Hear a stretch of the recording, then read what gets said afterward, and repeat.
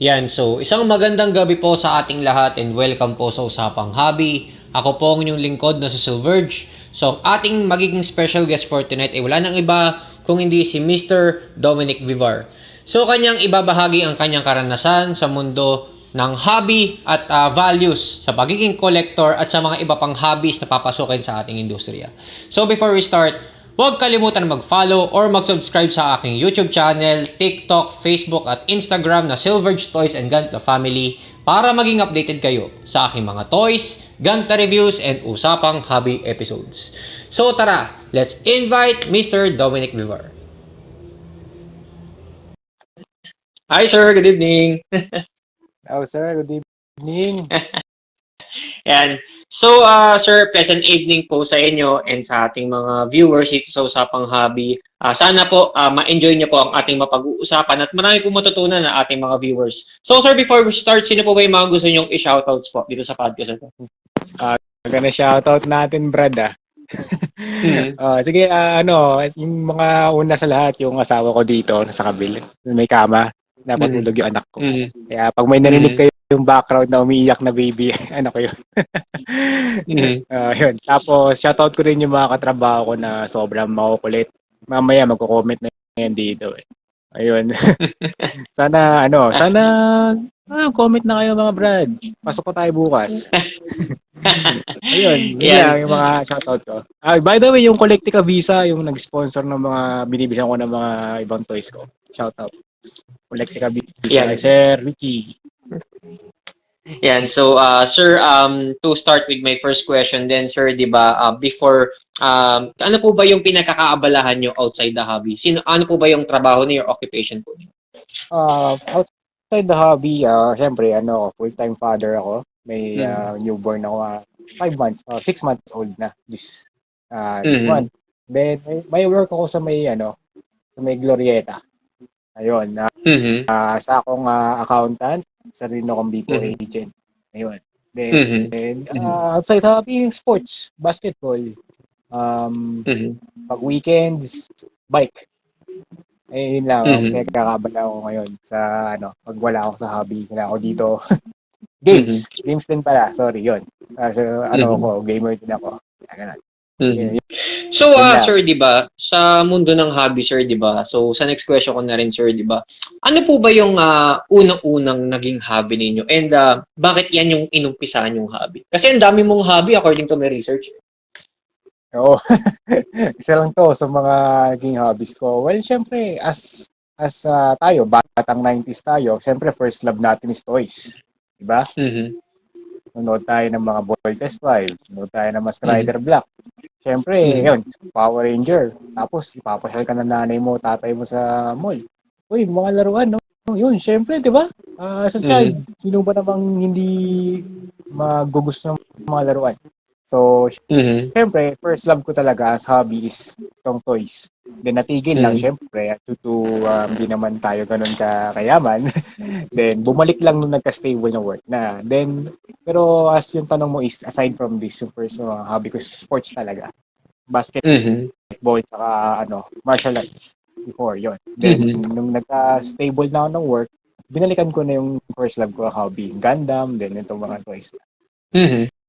Pero sir, di ba before tayo mag-proceed sa toy, sir, so uunahin natin yung mga naging unang hobbies mo, di ba? Sabi mo nga basketball and then martial arts. So dito sa dalawang hobby na pinasukan mo, alin na mas talagang nag-excel or parang ito yung naging turnout na naging passion mo na pinagpatuloy mo Actually, talaga? meron pang isa, basketball, martial arts, airsoft, cycling, tsaka ano nga ba yung isa? Gaming.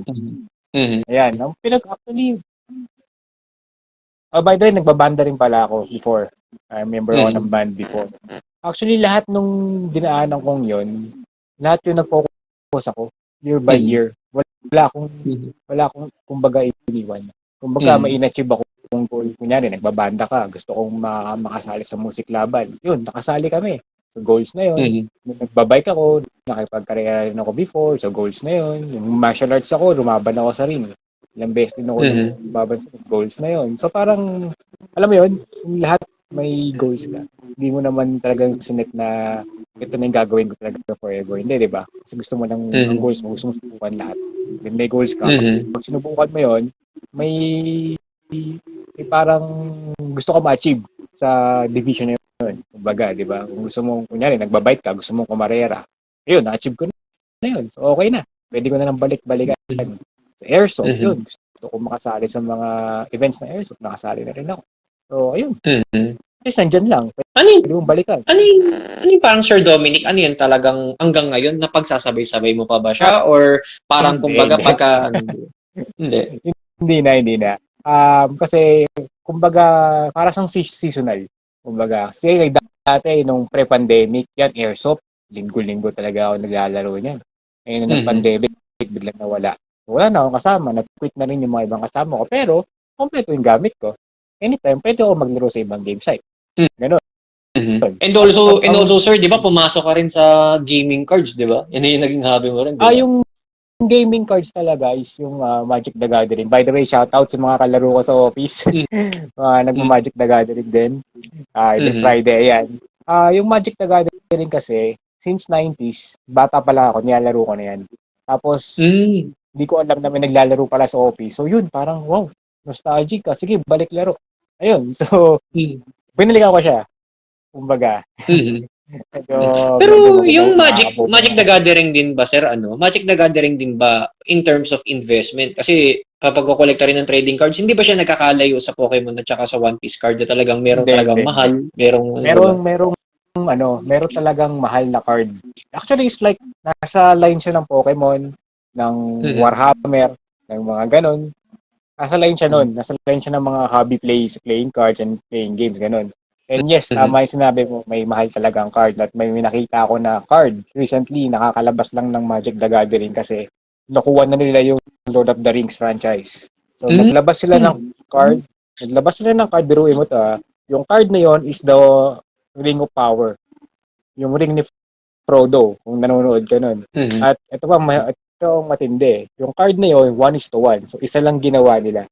So, hulaan mo kung sino Mhm. nakabili.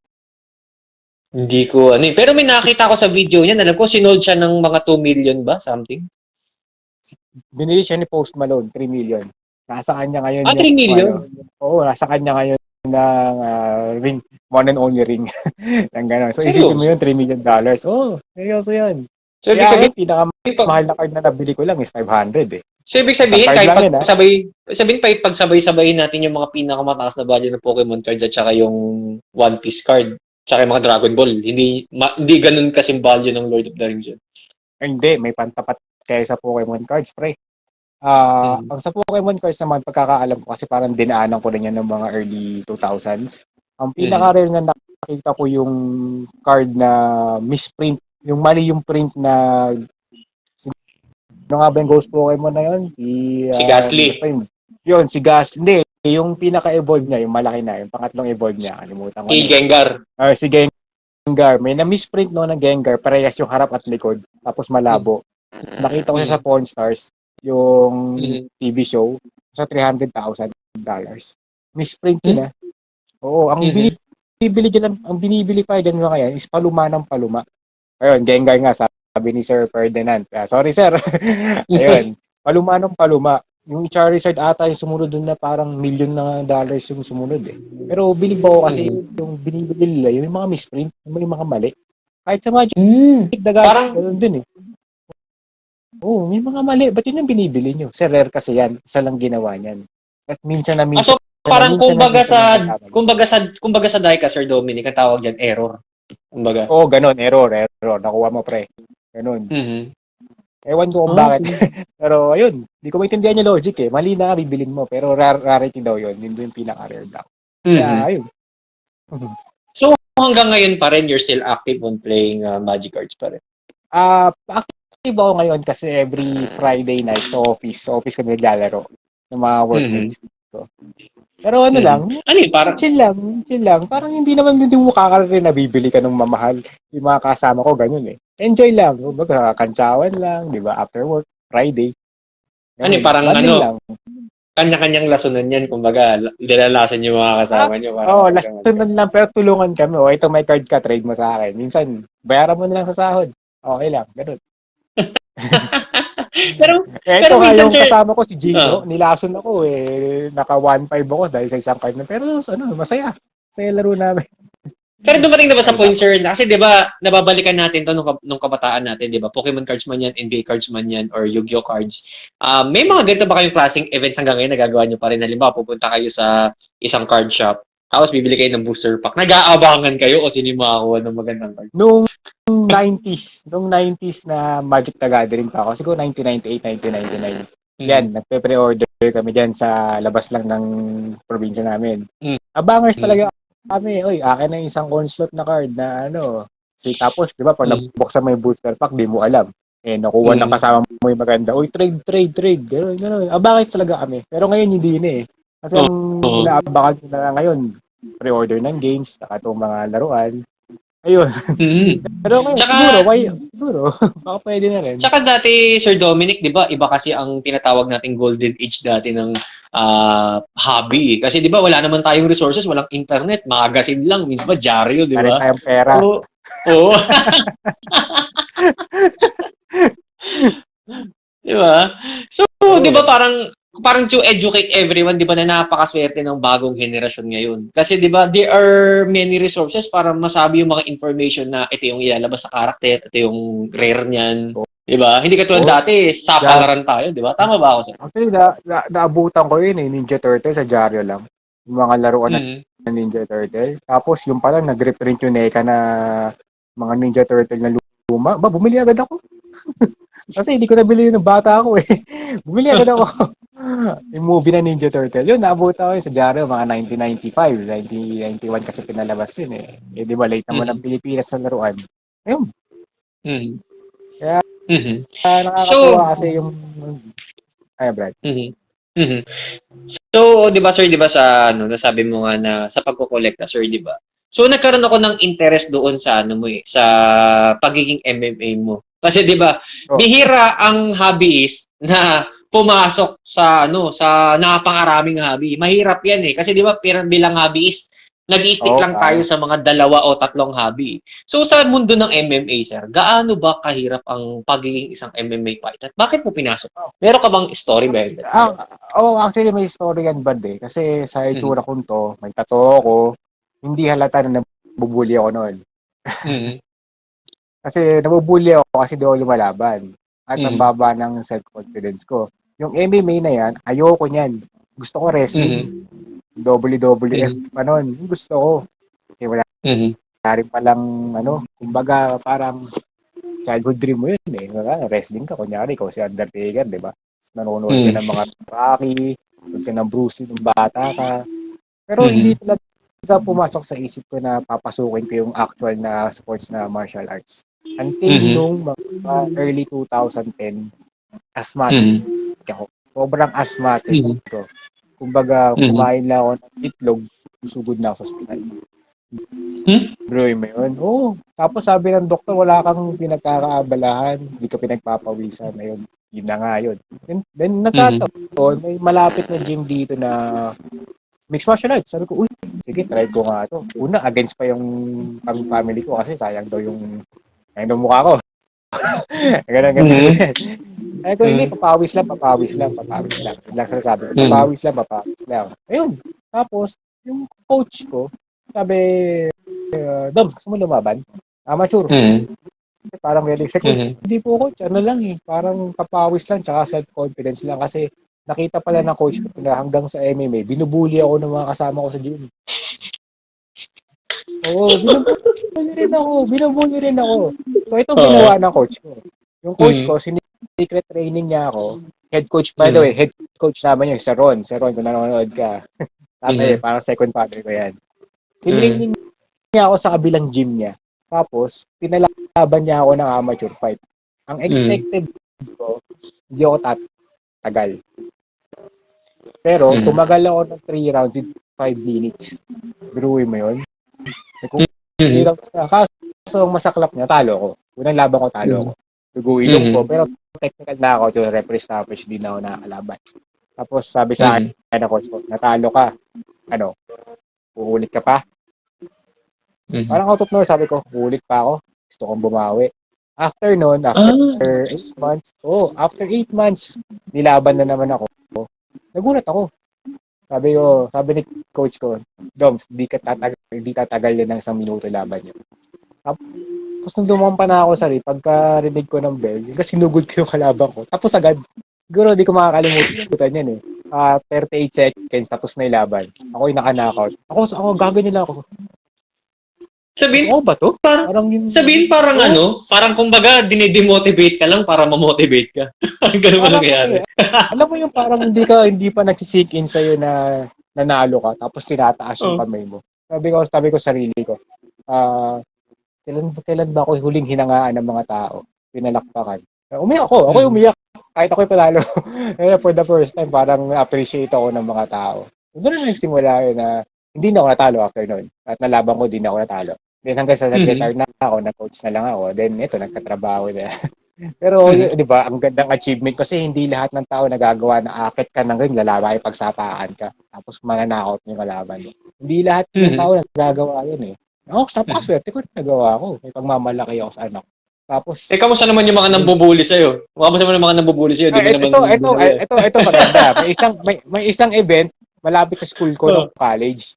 Fiesta yun. Tapos ayun, pinalaban na naman ako, knockout din. Tapos nung pagbaba ko ng ring, sabi, Doms ko ba yan? Ano, classmate kita nung college, buti hindi kita binuli. Iba ka pag nandiyan ka sa ring Parang hindi ko yung sisintu-sintu sa school Tapos yun, nagulat sila. Tapos yung mga ibang bumuli sa akin, pumunta ng gym, nagpapaturo sa akin. O, di ba? Hindi ko na kailangan bumawi sa kanya ng suntukan. Ang ginawa ko, binawi ako sa training nila, pinahirapan ko sila ng konti.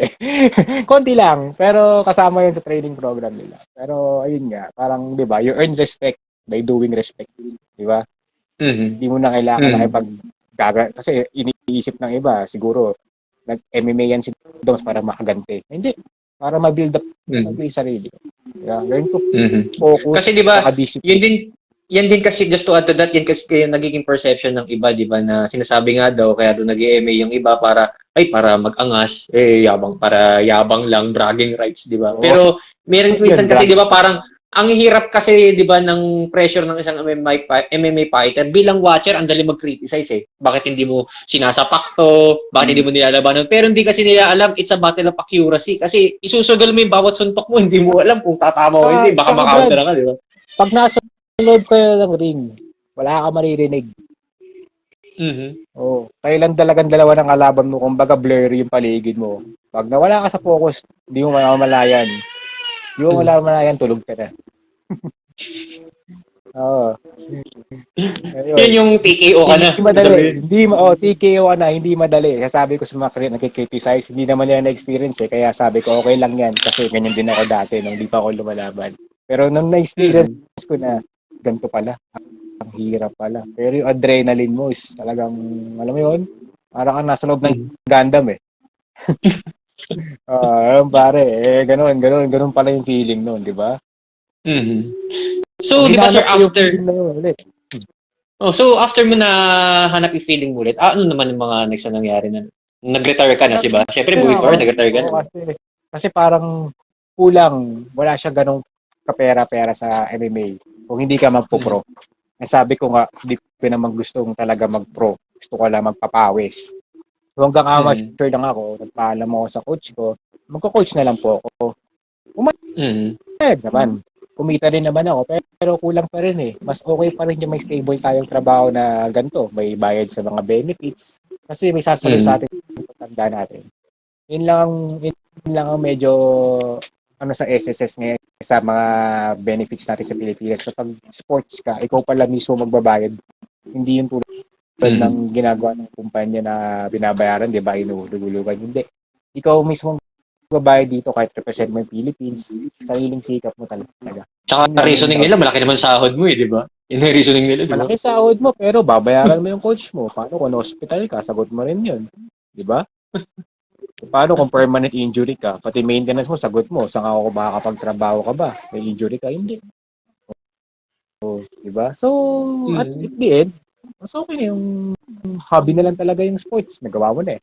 Hobby na lang yan. Mhm. Focus ka na lang sa, financials mo sa stable mong work. Ito yung mas maganda para sa atin. So meaning Sir Dominic, after ng MMA, nag-call center ka na, nag-accounting ka na. Yan ay sumunod. O, yun ay sumunod. Naghanap na ako ng mga permanent work.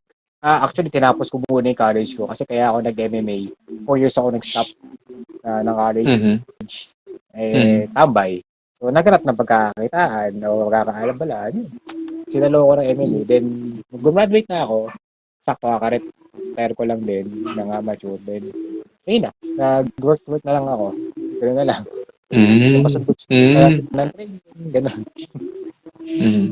So after MMA, sir, 'di ba? Ito na 'yung sumunod na nagkolekta ka na ng toys eh. So sa pagbabalik mo, sabi mo nga nung childhood ginagawa mo 'yan. Ngayon binabalikan mo siya dahil nakukuha mo na 'yung natutugon naman 'yung pangangailangan mo, kumikita ka na eh. Ano 'yung pinaka Oo. first naka collection or line na pinasok mo sa unang sahod? Ano ba? Unang sahod ko sa may trabaho. Oo, nung nagtatrabaho ka na. Okay. Kasi may una talaga ako kinolekta ng bata pa, Power Rangers. Nag-iisa na lang ngayon. Nauntoy na iba. Mm. Pero nung nagka-work na ako nung mga early 2010, 2013, stable work, di ba parang lumabas yung bagong Star Wars trilogy, Mhm. di ba? Yung Force Awakens. Siyempre, as a fan, since bata pa ako, ay, may bagong Star Wars. Yun ang sinundan ko. Yun yung una kong binalikan na comeback hobby na Black Series ng mga Star Wars. Mhm. Agad. Yun. Yung Mhm. nagsimula natin, tuloy-tuloy na hanggang ngayon. Mm. So, Uh, sir, sa pagkokoleksyon mo ng pagkokolekta mo syempre, 'di ba? Syempre Star Wars, alam naman natin na Hasbro 'yan 'di ba? Hasbro brand. Bro. Marvel, GI Joe, tsaka Star Wars. So, sir, sa tagal mo sa pagkokolekta, syempre, it's been a long time 'di ba? Napagkukumpara natin iba-ibang toy lines eh. And nakita ko rin na, nag-McFarlane ka rin, 'di ba? Nagko-collection ka rin ng Oo. DC. So, sir, if you're going to see the difference between Hasbro brand against sa McFarlane. Kung titignan natin yung golden ages against ngayon, may pagkakaiba ba yung dalawang brand na pagdating sa toy line? Actually, mahirap sagutin yung tanong mo. Kasi ang sa akin Mhm. merong maganda sa Hasbro na wala sa McFarlane. Merong maganda sa McFarlane na wala sa Hasbro. Mhm. Parang parang may maganda dito na wala dito, may maganda dito na wala dito. Parang alam mo 'yon, parang may specialty Mhm. sila na wala dito. Sa Mhm. McFarlane, ang gusto ko, ang lalaki ng figure, na 7 inches. Tapos, um, yung figure niya, ang ganda ng head sculpt. Biruin mo yung kakabili ko lang dyan sa inyo ng Joker. Mhm. Ang Mhm. ganda ng head sculpt, no? Sobra. Kaya Mhm. binili ko. Tapos, ito sa babae mga McFarlane ko, iba di ba bukas eh. Gusto ko sa Mhm. kanila yung mga 2022 na nag-improve na yung head sculpt. Yun ang gusto ko sa McFarlane. Ang downside Mhm. lang sa McFarlane, walang alternate heads. Mm. Ayun So, lang which is meron ayoko. sa Hasbro, di ba? Hasbro meron. Eh, sa Oo. McFarlane wala. Nainis ako nung kay Batfleck, Ben Affleck na Batman. Wala Mhm. yung helmet na natatanggal yung ano ba yan? Bakit hindi na lang sila gumawa ng mas okay, di ba? Na mas Mhm. dadami pa yung benta nila. Pero, well, yan din may sisi eh. Mhm. Hasbro, yun na gusto ako sa Hasbro. Yung alternate heads, alternate hands, kumpleto sa weapon. Minsan may backgrounds pa. May effects pa. O, Mhm. di ba? Mhm. May kaso, downside, 6 inches lang. Mhm. Diba? Ito, puro Hasbro to. Itong X-Men ko, ito, Stas Marvel to eh. Ito, Mhm. Star Wars. Mhm. Ito, sa baba. Di ba? Yun lang naman. Pero overall, gusto ko naman lahat talaga eh. Hindi ako Pero masyadong maselan. Pero sir, sorry to interfere din, di ba? So, you can critic me if mali ako. So, tama ba ako, sir, sa observation ko? Kasi nag-Hasbro din ako eh. Sa tagal ng mga pagko-collection natin ng Hasbro, sir, di ba? Naniniwala ka rin ba sa theory na to na pare-pareho lang yung molding na ginagamit, which is Bucky Cup mold pa rin ang ginagamit? Yung molding. Mm. Actually, Brad, hindi ako into molding. Actually, sa akin Mhm. walang issue yan. Naririnig ko lang. Mhm. Pero sabi nga nila, yung mga early Hasbro, mga 2015, ganyan, medyo parang pare-parehas yung molding. Mhm. Kung napansin mo, yun, may parang molding doon na si Omega Red. Ang mold lang niya is galing kay kay Sabertooth. Mhm. Parang isa lang daw. So sa akin, pinapansin nyo kasi nasa nagdadala na naman yun eh. Pero syempre may mga collector na parang sobrang critic, sobrang gusto nila accurate.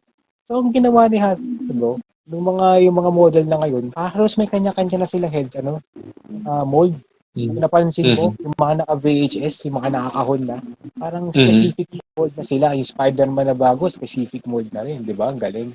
Pero, well, ganun talaga. May mga sasabi na hindi ka maganda yung mold. Ganito, ganyan. Yung isang Spider-Man, di pantay yung mata. Buti hindi ako bumili. Tama. Well, ayun. Pero sa akin, Tsaka sir, di ba parang just to add to that sir, di ba na parang for me pwede mo rin ako kritik kung mali ako, di ba na syempre, yung mga kumpanya na yan, si McFarlane, si Hasbro, or any other companies, may reason sila kung bakit say molding. Kasi, you can correct me na may gastos ang molding. Hindi ganun kadaling gumawa ng molding ng isang figure, di ba? Tama ba ako, sir? Oo, may gastos siya. Tsaka yung Hasbro, ang laki ng improvement niya. Kasi may time na siguro 2 to 3 years ago, kahit mahal yung SF Figuarts, mas marami yung bumili nung kaysa sa Hasbro. So, ang ginawa ni Hasbro, ginandahan nila yung head sculpt. Parang nakikipagsabayan sila in a reasonable price. Eh, di ba napakamahal ng SF? Di ba? Actually, wala pa akong SF eh. Kasi napakamahal. Pero sinabayan ng Hasbro, gumanda head sculpt ng Hasbro. Kasi gumanda talaga siya na patindi namin. Pero hindi nagbago yung price niya. Except ngayon, kasi nag-inflation. Kasi talagang tumaas ng 300 pesos yung Hasbro, which is napaka-unreasonable. Pero ganun talaga, tumataas lahat. Ayun. So, asa na lang kami sa pre-order tsaka markdown. And what about naman sa Sir Dominic sa packaging? Kasi dati clamshell ngayon lahat close boxing, nagbuka mystery pack yung Hasbro. Ano mo sasabi mo rin? Ayan, yung sa ganyang issue naman, nagsimula yan 2 years ago, mga 2021. Yung lumalabas is, kumbaga, hindi na ganito, di ba? Ano na siya, ganyan na. Ganyan na, puro, para siyang windowless, kumbaga, tawag namin, windowless. Naging issue yan. Nung lumabas yung Renew Your Box sa Spider-Man, yung 2-pack, yung kasama sa Spinneret. Si Spinneret, Alam mo yung issue nun? Oo, yung tipong nagkakawalaan pa, di ba? Oo, yung isa duling, yung isa duling. Yung isang kamay ni Spider-Man, parehas kaliwa. Oo. Pero ang maganda niyan, yung ibang toy store sa Glorieta, pinapabuksan muna nila pagkabayad mo. Kung may mali. May mali, pwede palitan. Pero yung iba kasi, syempre, mga nag-pre-order, kawawa. Ang daming nagreklamo sa group. So siguro, ang ginawa ni Hasbro, meron din ni Hasbro yung daing. Na tigilan nila yung window o yung box, tapos ibalik na lang yung mga may window. So, hindi nila 100% binalik. Gumawa lang sila ng mga retro. Yung mga Spider-Man line, yung mga X-Men line, naka-clamshell na ulit. Pero meron pa rin sila na naka-box. Diba? Pero para sa'yo, Sir Dominic, Pero sa tingin mo, Sir Dominic, na-take advantage to ng McFarlane noong time na nagkaroon ng inflation siya, Oo. Kasi yung McFarlane, 1.3 lang dati. Tapos, nag-inflation, 1.6, pero reasonable sa size niya, sa details niya. Pero ngayon, meron pa rin mga McFarlane na 1.3, di ba? Meron pa rin. Meron pa rin, di ba? Sinabaran lang din mag-take advantage yun. Tsaka maganda, si McFarlane is naglalabas ng mga variants ng DCEU. May mga retro. Actually, may nagustuhan ko nga yung Robin na nilabas nila recently. Yung Robin na classic, pang-partner kay Nightfall Batman. Drake ba yun? Drake ba yun o si Jason? Team Drake yung Jason Todd's Nightwing. Team Drake. Team Drake na classic Robin, di ba? Ang ganda. Kaso wala ako Nightfall eh. Hindi ko mabili. Pag bumili ako, mabili ako Nightfall. Wag muna. Ganon. Pero yun, Team Drake, Sir Ricky! Shoutout ko lang, Sir Ricky. Subuy ako dyan. Sa kanya galing tong figure ko. So, and shoutout kay Sir Andrew. Papa-shoutout. Yan, shoutout din kay Sir Andrew. Yan, shoutout din kay Sir Andrew Mina Sebidal at kay Sir Ricky Lacerna. Thank you for watching Usapang Si Sir Ricky Lacerna, siya yung owner nung pre-order ko. Nagpe-pre-order ako sa kanya na kwento ko sa'yo minsan sa Collectica. Okay. Bigyan, oo. Sa kanya, mag-pre-order ka dyan sa kanya. Yan, reasonable price. Ang ganda ng price. Oo, okay ka dyan. So, so sir, sa next question ko rin sir, 'di ba, na syempre sa dalawang toy line na to sir, 'di ba? Ito hindi naman natatanong ko na rin to sa mga iba kong na guest sa podcast eh. Kasi 'di ba sir, parang katulad din sa bootleg versus authentic yan. May wars din again sa dalawang companies eh, Hasbro, McFarlane. Sabi nga daw maganda detalye nito, mura dito, sabihin, ay pangit yan, pangit to. Kasi nag-argue eh, 'di ba? Opinion labas sa opinion, walang nananalo sa opinion eh, 'di ba? Opinion mo yan eh. So para sa iyo sir, na like kong tinatanong kasi paulit-ulit eh just to see the opinions of every person. So sino ba ang mananalo sa dalawang nag-aargumento? Yung loyalist sa kabila ng Hasbro, loyalist sa kabila ng McFarlane o yung kumpanyang pinagtatanggol nila? Ang hirap niya, Brad eh. um, parang sabi ko nga kanina, may magandang gawa yung Hasbro na wala sa McFarlane, vice versa, di ba? Pero sa akin lang, parang even lang eh. Parang even lang yung nangyayari na kahit magtalo-talo-talo kayo dyan, may lalabas na magagandang toys every year. Kumbaga, parang mananalo. Parang nonsense lang na magtalo-talo pa tayo. Kasi hindi naman lahat yan ang hilig. Hindi naman iba gusto ganito. Iba gusto ganyan, di ba? Hindi mo na sila pwedeng i-box. I-box mo yung mga tao, dito lang kayo, ito lang gusto niyo. Hindi pa pwede yun. May kanya-kanyang gusto tayo dito. Kasi may na-encounter na ako. Out of question mo to. Ayaw talaga niya sa Funko Pop. Binidyo pa niya. Sinusunog niya yung mga Funko Pop. Sa akin, hindi mali yan. Kasi yung mga fans ng Funko Pop dito, respect. Respect, di ba, kung anong gusto. Yun lang. Sa akin, walang mananalo dyan. Kumbaga, mas okay kung wag na tayo magtalo. Mag-respect na lang tayo na mas gusto ko yan. Gusto ko to. Di ba? Tsaka parang ang part din dyan, sir, di ba, na advantage pa nga sa kanila yan eh. Pagka nagtatalo yung dalawa. Kasi nakikita nila yung advantage na, ay, yung pala yung mga gusto nila. Sige, lalagay natin to. Gagawin natin to, di ba? Tama ba ako, sir? Pwede rin ma-influence yung may ayaw. Ay, okay naman pala eh. Diba? Kunyari, ayaw mo. Tapos in-explain nung may gusto na kung paano rin na gusto. Eh, di pwedeng gustuhin mo na rin. Diba? Parang, edi share na kayo ng hobbies, share na kayo ng passion. O, hindi nyo na kailangan magpasikatan na, ay, pangit yung ganyan, pangit yung ganito. Nasa tao naman yan eh. Kung anong kumbagang toy line na gusto niya, susundin niya yan. Hindi mo pwedeng pilitin yan na ito na lang, ganito, ganyan. Kahit kung ikaw, for example, gusto mo yung Voltes 5 na tigka 5,000, eh yung gusto ng isa, Voltes box. Eh di pag insulto ka ng isa, di para nakaka-offense sa'yo kasi yan lang kaya mong bilhin. Di ba? Di ba? Eh magkano yung Voltes box doon? Nakabili nun, 36,000 na ata yun. Kung kaya yun. Aminado ko, di ko kaya. Yung 5,000 nga, namamahalan na ako eh. Diba? Maliban na lang kung ano ka, kung napakayaman mo, di ba? Napakayaman mo, di ba? Eh, yun. Sa akin, mag-comment na lang sana ng, uy, nice. Okay din naman to. Okay din naman yan. Gano'n. Huwag na lang sabihin na pangit yan, pangit. Kasi kahit naman sino, sabihan ng pangit, magagalit eh. Diba? Diba? Kung hilig mo yan, sabihan mo ng pangit. Eh di parang hindi ka rin nag-hobbies niyan. Para saan pang tinawag kang collector hobbies kung mag-insulto ka ng kapwa mo. Diba?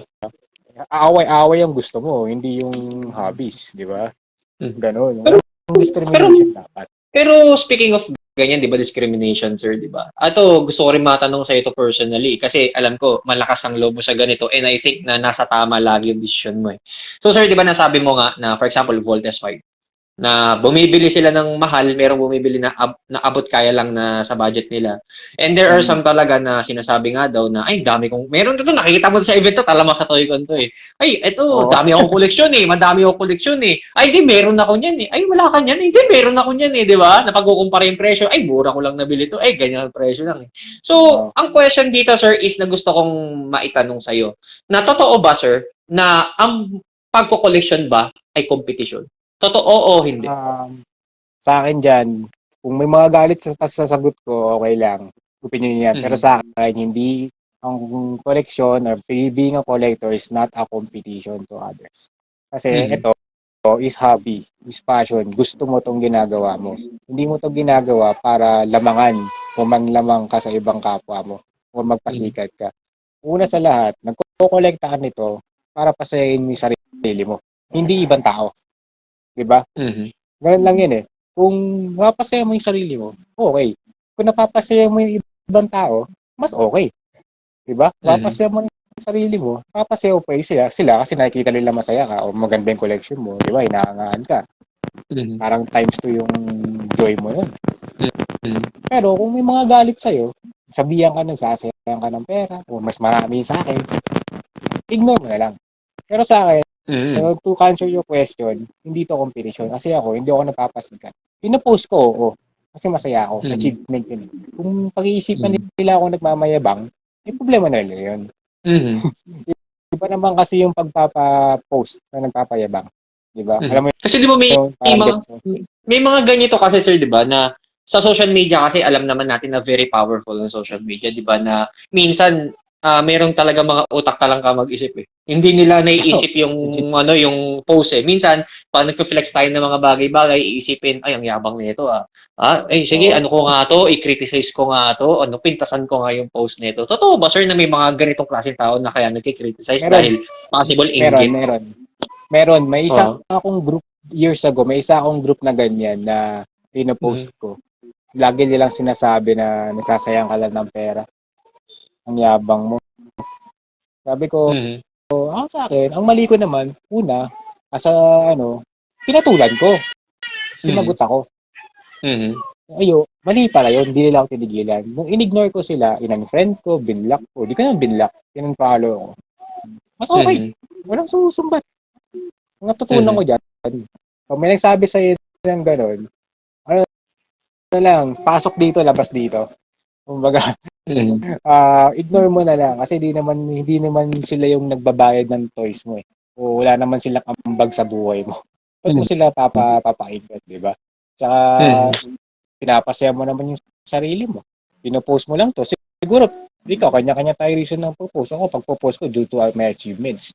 Or siguro, Mhm. pwede ko na rin sabihin na maka-influence ako ng gantong hobby kaysa ibang hobby, di ba? Sa ibang tao. Mhm. Lalo na sa generation ngayon. Tapos, talagang may mga tao talaga na may encounter tayo na talagang haters, kumbaga, kahit anong gawin mo, mali.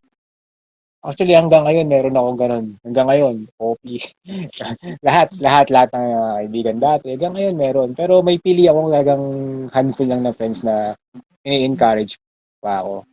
The best dyan, yung misis ko is ini-encourage din ako, sinusuportahan. Kasi may naging partner din ako nung araw. Sisirain pa yung mga laruan ko.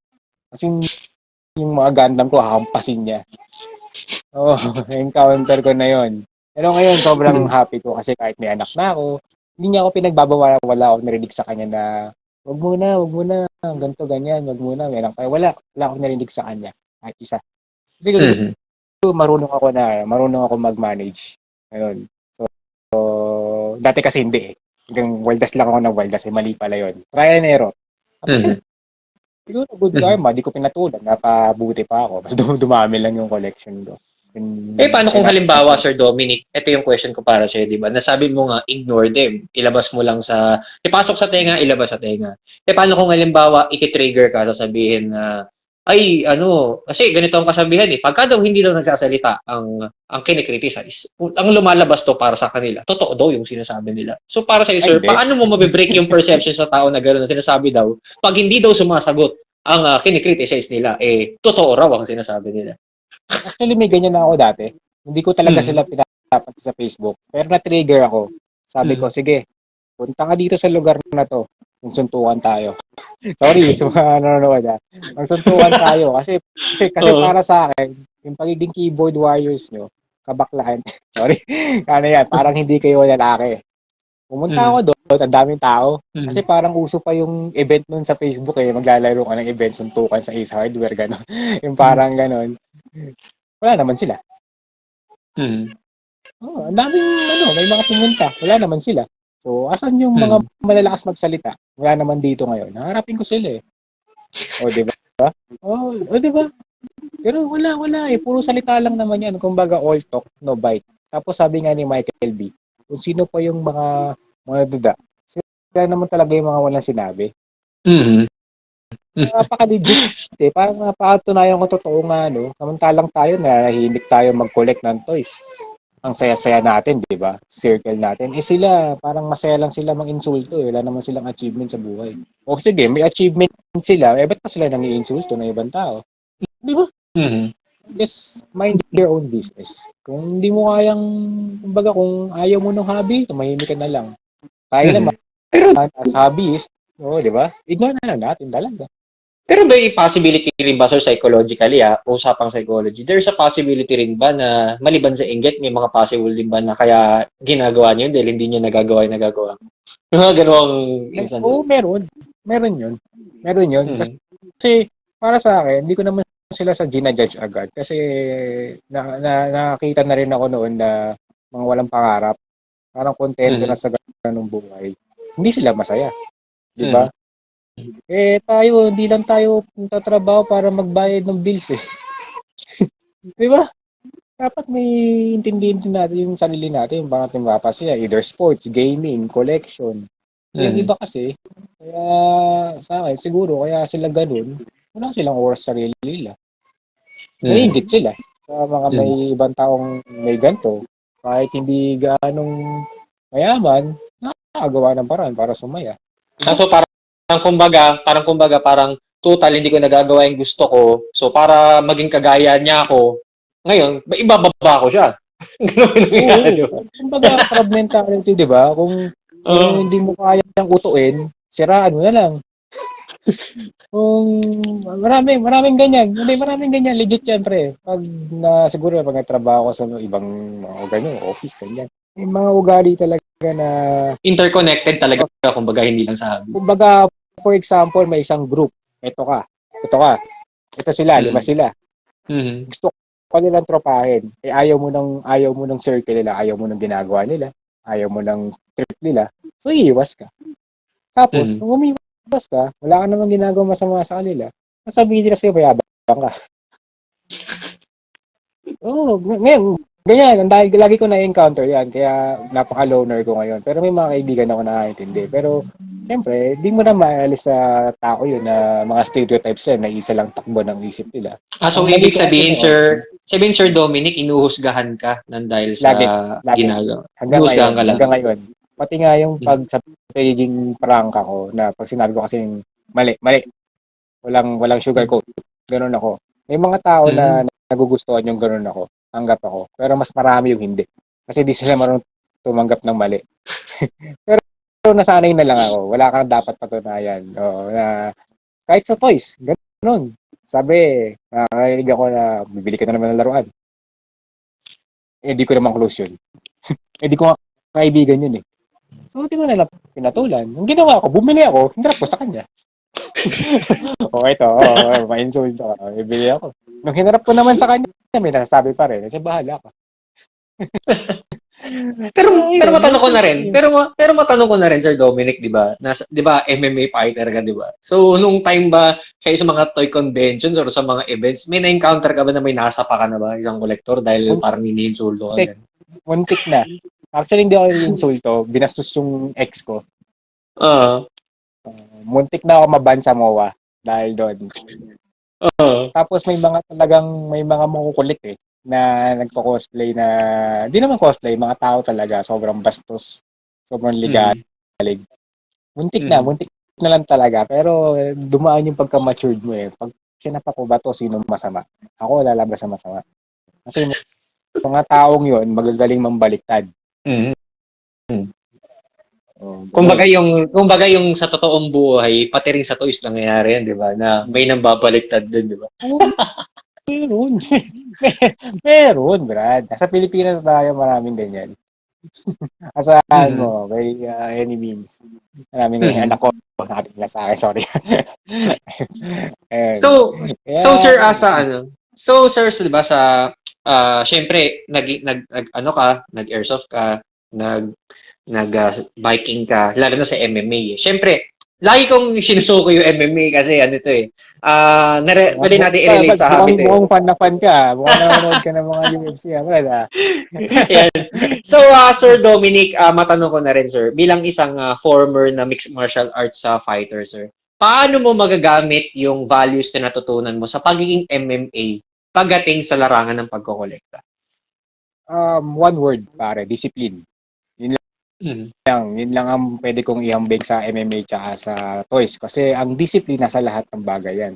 Sa toys, ang disiplina ko, nakaplano dapat ang bibilhin. Hanggat maaari. 80, Mhm. 90% dapat nakaplano yan. Yung mga impulse buying, 10% lang yan. Alam mo yan. Yung Joker, hindi nakaplano yun, pero nandun. Pero Mhm. tinignan ko yung budget ko, di ba? So, pasok. Mhm. Ayaw, sige, go lang. Hanggat Mhm. Pare, yun lang ang maano ko, yun lang ang madadagdag ko sa, maiko-compare ko sa MMA tsaka sa toy collecting. Disiplina lang yan. Kasi pag wala kang disiplina sa dalawang yan, either matalo ka, mag-bankrupt ka. Di ba? Yun lang yun eh. Kasi naranasan ko na yan. Na-bankrupt ako. Mga starting ng siguro mga 1 year ako nagko-collect na adik ko kakakollect. Walang plano-plano, bili lang ng bili. Kaya nga tira sa akin. Umutang na lang ako. Di ba? Ayoko na umuutang. Pero at least, di ba, trial and error. Natuto ka na. Kumbaga, Mhm. babalik din naman yan eh. Makukuha naman tayo ulit niya eh. Kung hindi naka-PO, okay lang. Di ba? So hanggang ngayon, yung ngayon na lang, yung parang moderate na lang ako ngayon kung ano yung talaga yung hilig ko. Kumbaga, for example, itong Street Fighter, may mga kumukuha ng buong wave 1, tatlong figure, kinuha ko dalawa lang. Kasi dito yung dalawa yung gusto ko eh. Tapos yung parating ngayon na tatlong wave pa ata yung parating, kinuha ko lang si Ken tsaka si Guile. Yung Evil Mhm. Ryu, yung Akuma, di ko pa sure. Kasi parang di ko naman hilig masyado. Gusto ko lang yung classics. Di ba? Mhm. Yung Mortal Kombat, ang gusto ko lang si Sub-Zero tsaka si Scorpion. Wala naman lumabas. Mhm. Napakamahal. Storm Collectible. Hindi ko binili. Kahit may nag-o-offer. 10,000 isa. Ano ka? So yung dalawang yan, 20,000. Ay, naku, hindi na. Okay lang yan. Nilalabas Tsaka siguro ng mga character aim ka lang naman, 'di ba? Character Oo, aim, classic. 'di ba? Actually, gusto ko yung mga 90s talaga. Yung mga first gen na Mortal Kombat, yung mga simple lang yung costume nila, yun, yung gusto ko. Yung ngayon, okay lang. Mhm.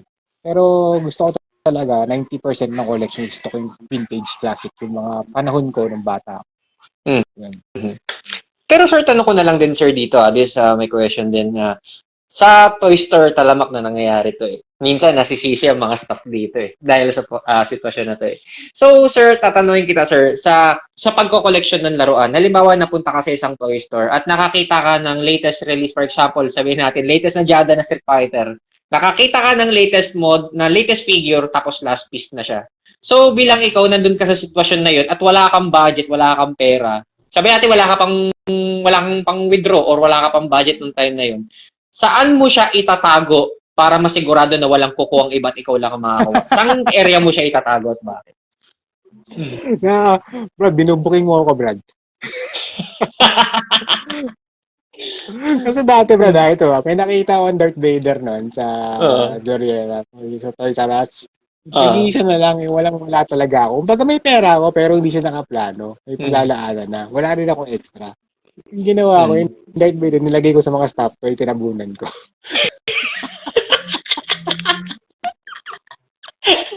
So, di ba? Sino maghahanap nun? Nung binalik ko kung nandun pa, yun, mission success. Nasa akin na siya ngayon. Mm. Gusto ko yun eh. Pero, yun pala, pwede ko naman palang pa-reserve. Mm. Yun ang mali ko sa tanga ko pala, no? Dapat nagtanong ako. Pwede naman palang pa-reserve. Tapos, kasi may nakakita daw sa akin na, may nakakita daw sa akin. Tapos, tinawanan lang daw ako ng staff. Pero yung staff na yun, naging kaibigan ko ngayon. Dahil doon. So, naging papareserve na ako. Ganun.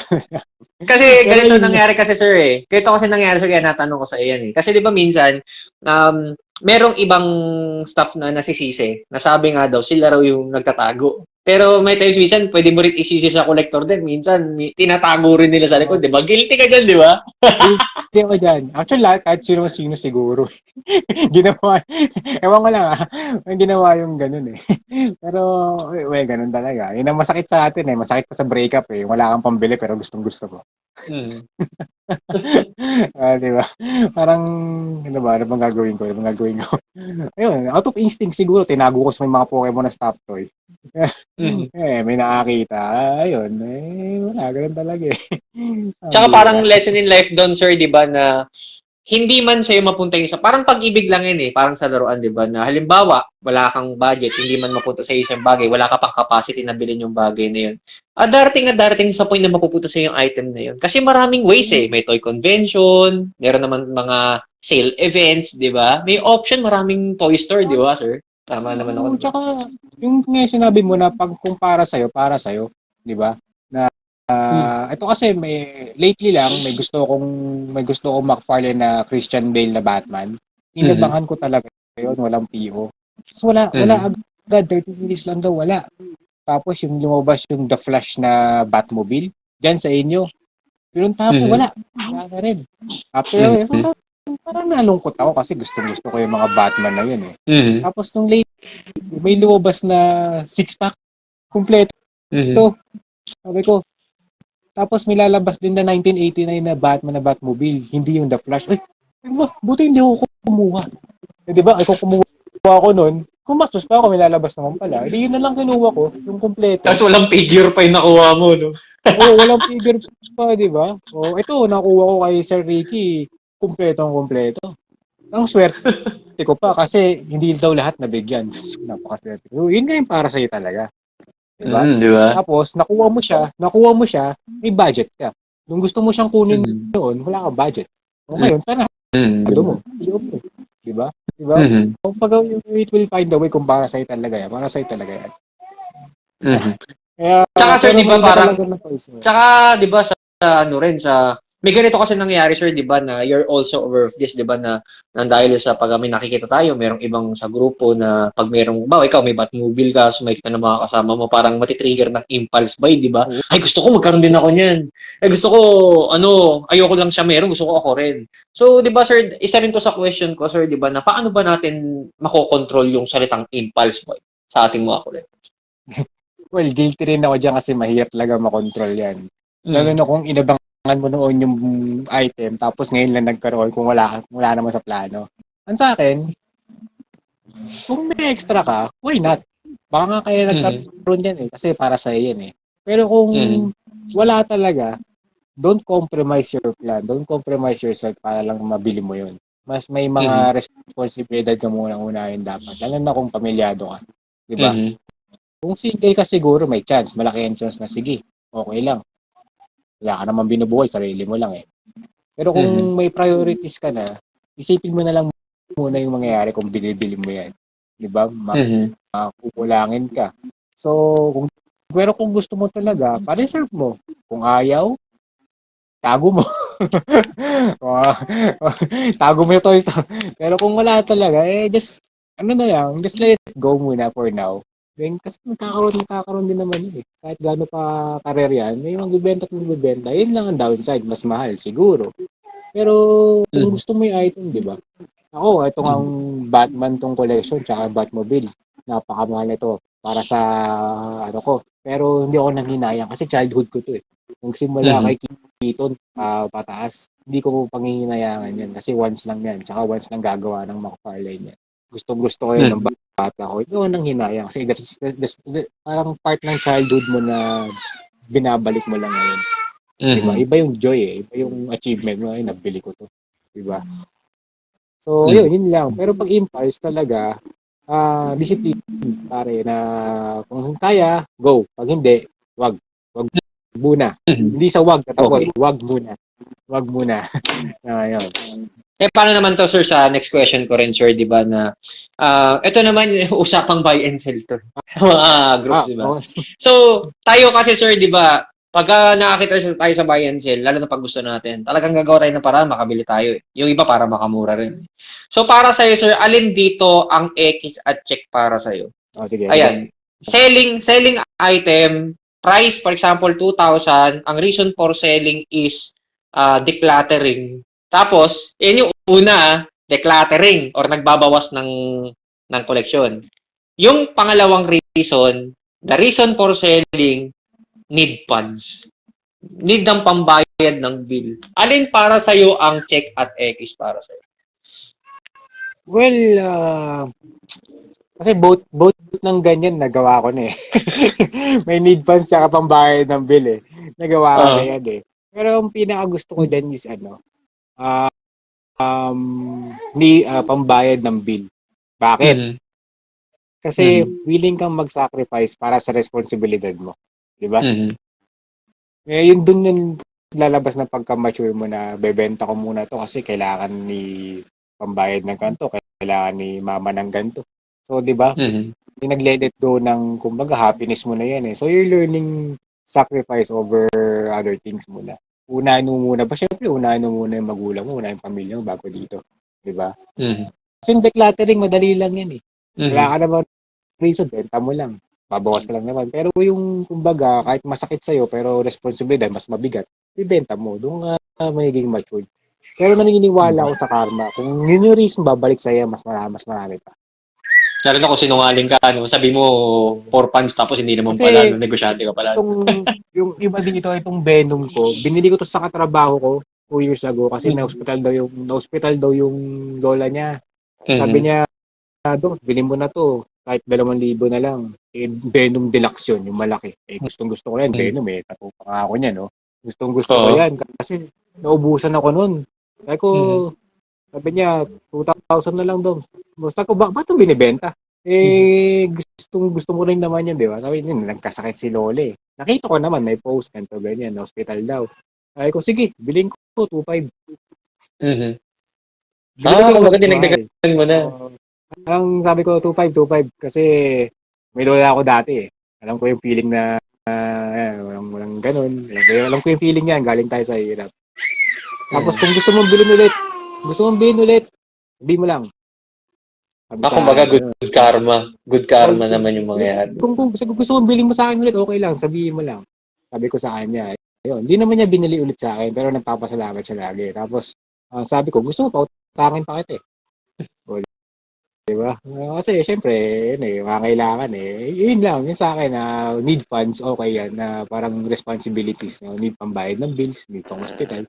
Okay lang. Hindi kasi material things lang to. Material things lang to.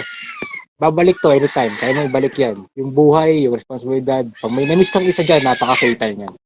Pagsisisihan Mhm. mo habang buhay. Diba? Paano naman sir kung halimbawa Sir Dominic, sabi mo nga, ang reason mo is talagang heroic eh. Kasi yan yung nangyari sa'yo. Hindi may iwasan yung magiging downside, di ba? Paano kung halimbawa sabihin, ba't ka pa nagkolekta kung ibebenta mo lang din pala? Tapos, di bale kung yung pagbebenta mo, iikot mo lang sa hobby, ang masaklap, pinangbayad mo lang ng bill, pinangbayad mo lang ng kailangan sa bahay. Para sa amin, inappropriate yan. Anong masasabi mo sa opinion? Ay, sasabihin ko dun sa nagsabi na I have Mm. no choice. So, siguro, bago mo naman, ako kasi, bago ko magbenta ng laruan, it is my last resort. Mhm. Kumbaga, naghanap na ako ng paraan para magkapera. Ayaw ko Mhm. pautangin. Actually, ayaw ko mautang. Pero Mhm. kailangan. Diba? O Mhm. example, gano'n. Sabihin mo na lang na no choice na ako eh. Kasi ito na lang talaga yung naisipan ko. Na Mhm. bibenta ko talaga kasi mas importante yung paggagamit. Ayun lang naman yun. Mhm. Yun lang yung pwede mong sabihin sa kanya. Kasi ako kasi, hindi ako nagbebenta ng laruan hanggat hindi kailangan.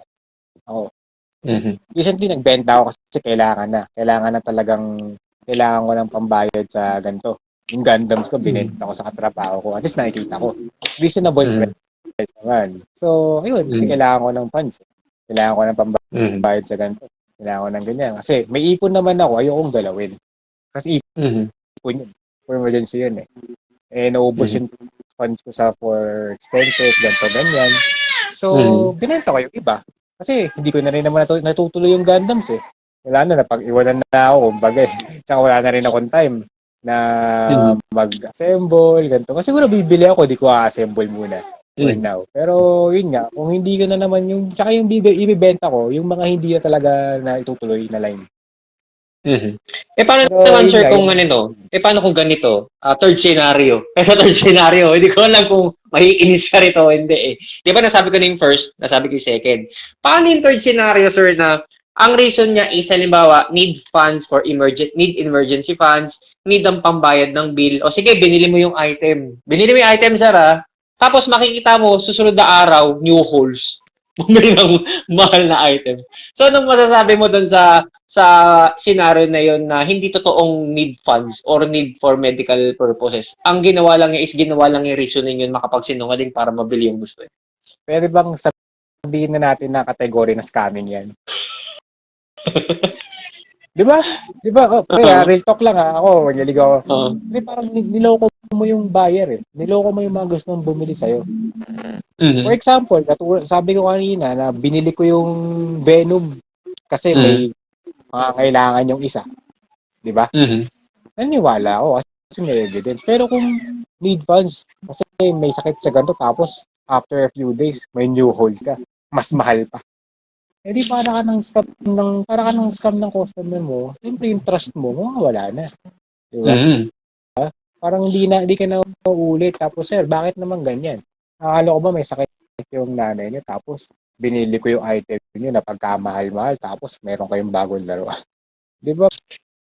Parang nakakainis talaga eh. Parang sa akin, kukumprontahin ko yun, sir, bakit naman to ganito, ganyan, na may bago kayong laruan. Akala ko ba may kailangan kayo. Pero at the end, sabihin ko, sir, last ko na po yan, hindi na po ako bibili sa inyo. Salamat na lang. Huwag na nating awayin, kumbaga. Kumbaga, let her or him learn the lesson. Na as a seller, you should be responsible. Huwag kang sinungaling. Di ba? Kumbaga parang sa trabaho mo rin yan, sir, 'di ba? Na show transparency. Kasi 'di ba, parang kumbaga kung gagawa ka ng bagay ng kasinungalingan na tatarantaduhin mo yung kausap mo, parang may balik din kasi yan sa'yo, 'di ba? May balik talaga yan. Sobra karma nga, 'di ba? Naniniwala ko yung balik sa niyan times 10. Kung gumawa ka ng masama sa kapwa mo, Brad, by any means, babalik sa yan. Ka-digital na ang age ngayon, babalik ka sa yan. Pero pag gumawa ka na mabuti, babalik sa'yo kabutihan din, sabi ko sa'yo, Brad. Yun lang yun. By any means yan, kahit sa hobbies yan, sports, babalik ng mabuti sa'yo. Pero ito, sir, tanong ko na rin to, sir, di ba, na nakikita ko rin sa collection mo na meron ka mga sealed, meron ka mga loose collections eh. So, itong question na to is, I don't think kung tricky para sa'yo to, hindi. Natanong ko na rin to sa mga previous guests ko eh. So, para sa'yo, sir, alin ang mas may honor or may dangal para sa'yo? Na nilaro mo na nasira ang laruan mo, na nilaro mo siya, or nasira mo yung laruan na hindi mo siya binuksan sa box ever since? Siyempre yung yung hindi mo binuksan, siyempre yung seal na may honor sa'yo. Pero sakit naman nun, bubuksan mo nasira. Kumbaga parang nag-assemble ka ng gano'n, naputol mo yung peg ng pang sa kamay, pero hindi dapat. Masakit sa breakup yun. Pero ayun nga, yun yung... Pero hanggang ngayon, sa akin lang yung may honor dyan, kung, for example, ito, sealed pa to. Tapos binuksan ko. Sa akin, ano pa rin yun? Treasure pa rin yun. Honored ko pa rin yun. Kasi sa akin, kaya bukas, kaya hindi. Kung na-achieve mong bilhin siya, rarity niyan, yes, ganun pa rin. Fair pa rin. May honor pa rin yan. Yung mga iba na talaga na collectors na gusto nila yung sealed or nabili sila ng dalawa, isa paglalaroan, isa for keeps lang. Diba? Naka-sealed. Sana ganun din ako. Maraming pera yun eh. Pero sa akin, okay lang kahit sealed o hindi. Honor pa rin yun sa akin. Kahit sealed o hindi. Pero kung bibenta mo, kung reseller ka or seller ka, syempre mas mababa yung bukas na. Loose na yun eh. Diba? Pero ito, kung sealed to, pwede mong benta ng SRP to or higher para kumita. Huwag naman sobrang taas ng dagdag mo, syempre. Pero syempre, know your value na pinaghirapan mong kunin tapos ibenta mo lang din ng mura. Lugi ka naman. Diba? Rarity rin din yun. Lugi ka. Pero yun nga, it depends. Sa akin, okay lang kahit bukas o hindi. Basta ayos. Bibili ako ng loose, basta kompleto. Basta ayos. Walang issue. Kung reseller ka, syempre, mas importante yung bago. Yung amoy bago. Kumbaga. Pero sir, just to educate din sir, di ba? Pag speaking of reseller, di ba? Na this has to be addressed din eh. So ikaw sir, malawak ang pag-iintindi mo sa ganito, di ba? Na dito kasi sa Pilipinas, na sinasabi nga daw na hindi nagkakalayo ang scalper at ang reseller. So para sa iyo sir, pareho ba ang scalper at reseller o magkaiba ang meaning ng pagiging isang scalper at reseller? Well, actually sobrang magkaiba niyan eh. Ang sa akin, yung scalper, actually, legit, real talk ulit, ayoko ng scalper. Kumbaga parang mga scammer yung mga sorry pero kasi na-experience ko na first hand example ko na lang is out of Mhm. toy line PS5 noong 2020 Mhm. during pandemic Mhm. so parang times 2 yung hirap natin makakuha ng PS5 pero Mhm. sila Sony, Data Blitz, gumawa ng way para makapag-pre-order tayo. Ang nangyari, wala pang 30 minutes, sarado na agad ang pre-order. Bakit? Kinuha Mhm. daw ng mga scalper. Alam ng mga taga-Data Blitz na scalper sila. Pero what can they do? Ano yun Kumbaga kita nila yun Diba? Mhm. So, nangyari binombard yung Data Blitz ng reklamo. Diba? Mhm. Ay, 5 minutes lang ubos na. Sir, nakakuha na po So, ang ginawa ng Data Blitz, which is good, ang ginawa ng Data Blitz, may limit na. Ginawa na lang 2:1. Tapos naging 1:1 na lang yung ordering. So, humina yung mga scalper. Pero nakita ko, yung mga scalper nagbebenta ng 60,000 na PS5. Ano yun? Times 2? Ay, ko, ayos kayo Diba? Yun ang scalper. Yun ang, yung bibili sila ng konti, ng marami, kumbaga, bibenta na sobrang mahal. Pangalawa, sa may field bars, sa Glorieta. Yung field bars, maliit pa nun. Nasa gitna pa lang sila. Maliit pa nun. Inabangan ko yung Retro Spider-Man. 1.5 pa lang yun doon. Nung first release nun. May nasalubong ako. May dalang box. Paalis ng field bars. Tapos sabi ko, meron na po ba? Kasi may chinek na po kayo. May text na po kayo na may stock na Spider-Man. Ay, sir, umalis kanina, binili isang box Binili isang box binenta niya isang box ng Spider-Man. Tapos, parang kilala ko nga yung bumili. Check yung Facebook, binibenta niya 3,000 times 2 yung presyo. So, ano yun? So, so, so 1.5, ilan yung laman ng isang box, pre, na, pag ni-deliver dyan sa inyo, ilan laman yung isang box, di ba? Siguro 10. Mhm. So, 1.5 times 10. O, sige, yun na yung kita ng Philbars. Yung ginawa niya, times 2 pa niya. In demand yung Spider-Man na retro na yun. May mga bumili. So, di ba? Parang ang sakit sa loob. Tapos may sumunod na post doon, sabi, yung bumili ng 10 piraso ng Spider-Man sa Philbars, sana ikabuti niyo yan. Sana ikaswerte mo yan balang araw. Mamatay ka na, scalper ka. Hindi ko makakalimutan yan. Oo, ganun. Ganun yan. Tapos Mhm. pinababalitaan ako, tumitingin lang daw ng laruan. Kumbaga, hinawakan ng ganyan sa toy store. May dumating na scalper, kinuha. Bibiling ko na po. Nandigurado ko kinuha para di ko makuha kahit titingnan mo lang. Di ba? Narinig ko lang yan na story pero hindi malawang totoo Mhm. na mangyari yung ganun. Ayan, Mhm. sa akin lang, yung reseller, legit yan. Kumbaga, yung mga reseller kasi is humahanap sila ng way para mabigyan ka pag naubusan ka sa store. Either pre-order or kumukuha ng sobra. Mhm. Oo, may konting may patong. Kumbaga, kasi meron kasing ibang above SRP. Yung binibilhan ko naman dito sa atin, eto si Sir Ricky. Kumbaga, medyo mas mura siya. Mhm. Kaya sa kanya ako nabili. Kaya mas marami siyang customer, di ba? Legit Mhm. na legit. So, ayun Mhm. nga, sa akin, X ako sa Skyler, pare. Wala yan. Mhm. Yan. Huwag nating Mhm. tangkilikin doon yung mga scalper na yan kasi parang nanlalamang sila.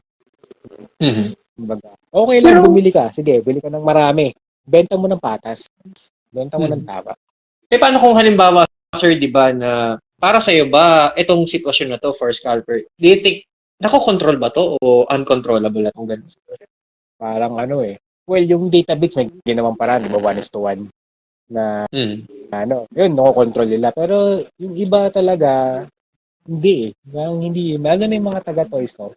Mhm. Sorry, di ba? Pag may gusto yung customer, ibibigay niyo di ba? Ako, Mhm. punta ako Di dyan sa ba? Toy Town. Bili ako ng isang box ng McFarlane. Pagdadamutan niyo ba ako? Kita niyo yun. Siyempre, retailer store tayo, di ba? Hindi mo nagkakali Retailer. sa grocery yan, di ba? Ibibenta mo sa akin yan, siyempre. Oo. Nasa akin na yun kung bibenta ko sa iba ng mas mahal. Mhm. Yun lang. Parang nakokontrol siya sa iba, pero sa iba hindi. Ipon ko lang yun, baka may magalit sa akin, pero okay lang kung magalit kayo. Pero yun lang yun sa akin. Ayoko talaga ng mga ganung style ng scalp. Ito lang ko rito tinatanong Sir Dominic paano kung halimbawa sabihin na natin na walang hindi mo hindi ka galit sa scalper. First time mong bumili sa sa sa sa mga scalper, di ba? For example, na biktima ka ng scalper, marunong ka na eh. And then, for example, na nakakita ka ng isang figure. Paano kung nakita ka ng isang figure? Tapos, meron ka nakita sa scalper price na ganito kamahal. Tapos, sinabi mo lang, sir, ba't ganyan yung presyo? Siyempre, di may iwasan magtanong, di ba? Yung proper na tanong na bakit mahal siya, ganyan. Tapos, paano kung sagot sa'yo na lagi ko sinasabi rin sa mga naging guest ko na ang rason is, kailangan ng pamilya ko dahil yan lang yung hanap buhay ko at yung pangalawa, wala kang pakialam sa presyo ko. Kung wala kang makita, kung ayaw mo yung presyo ko, sa iba ka bumili. Ano mo sabi mo ron?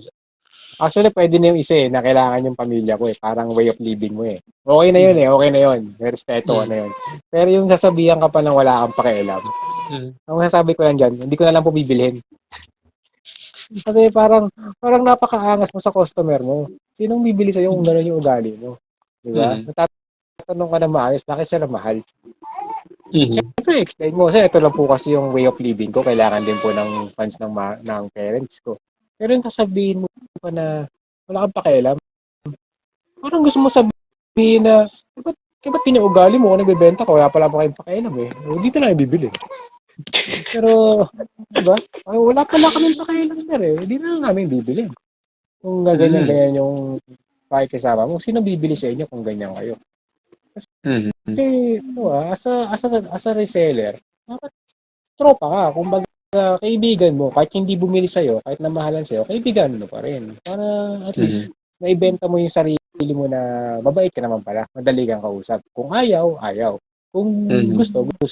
Pero kung ayaw, kung sabi ka ba, nung sumbat ka ba, walang bibili sa'yo.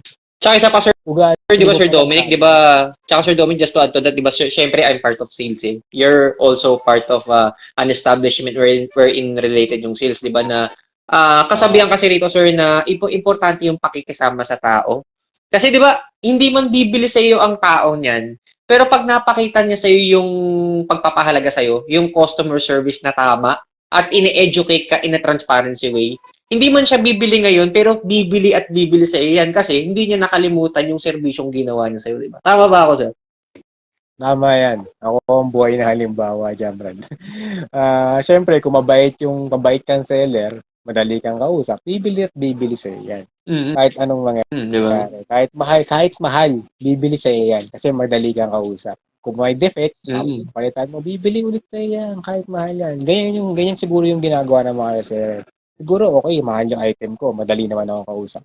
Mahal item ko, pero free shipping ko. May hindi, ano ba yan? Diba? Yeah. Siyempre, maintindihan mo, mahal Legit ka naman seller, may patong yan. Para kumita rin naman siya. So, pero mabait ka pa. Diba? Mabait ka pa. Siyempre, uulit yan. Kasi naman yung iba, mura na nga, barumbado naman kausap, uulit ka ba? O hindi, wag na. Kumbaga, hindi lang kasi yung item yung binibili sa'yo. Kumbaga, parang nakukuha rin nila yung personality mo. Uulit ako dito kahit mahal kasi okay naman. Worth it naman. Kumbaga, maayos ka usap. Hindi masakit sa ulo ka usap. Pag fix, hindi na tumatawad. Ganyan. Kasi, minsan kasi yung mga bumibili rin yung may problema Kumbaga, nakalagay na nga na walang tatawad. So, tatawad pa. Siyempre, yun sir, nati-trigger din. Sir, nakalagay na nga po, walang tatawad. Tumatawad pa kayo.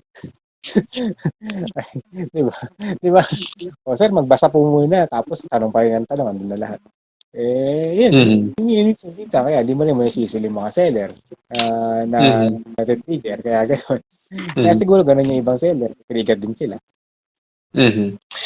So, sir, di ba, ito naman yung next question ko rin, sir, di ba, na sa pagkukolekta kasi, sir, di ba, hindi may iwasan yung nagkakaroon tayo ng gaps or parang may part na natitigil tayo sa hobby, number one, dahil sa priorities natin.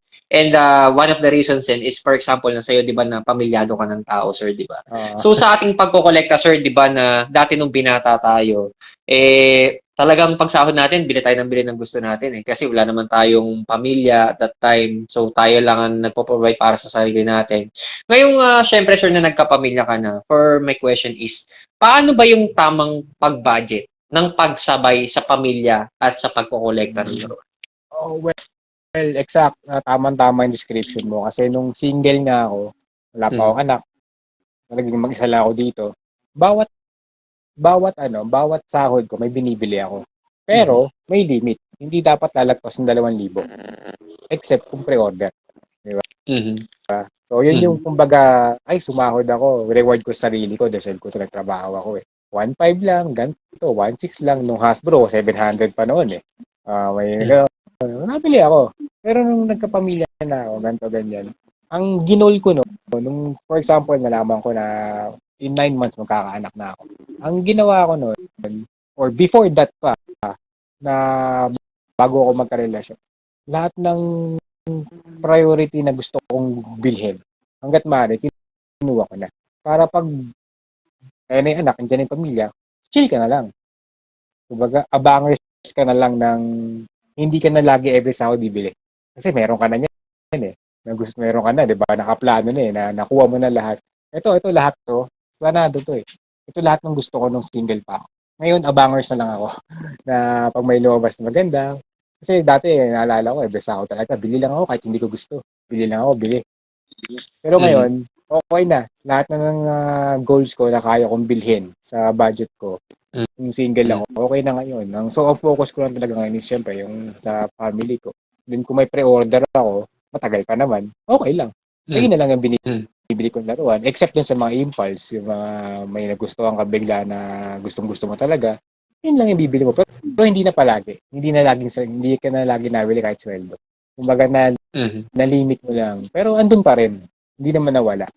May limit nga lang. Parang doble. Tsaka sir, di ba, just to add to that, sir, di ba na para makuha rin natin yung tiwala ng ating asawa, 'di ba? Mas maganda rin na ipakita rin natin sa kanila na kung paano natin maibalanse, 'di ba? Tsaka sa pa 'di ba, parang pag tayo nakukuha rin natin yung gusto natin, ibigay rin natin yung gusto nila. Kasi sir, 'di ba, ang kasabihan diyan, pag iniisip mo na lang ang sarili mo, hindi mo iniisip yung gusto rin ng kasama mo, nung darating sa point, hindi ka lang yan tututulan. Baka pagtaguan ka rin yan ng mga gusto niya. Tama ba ako, sir?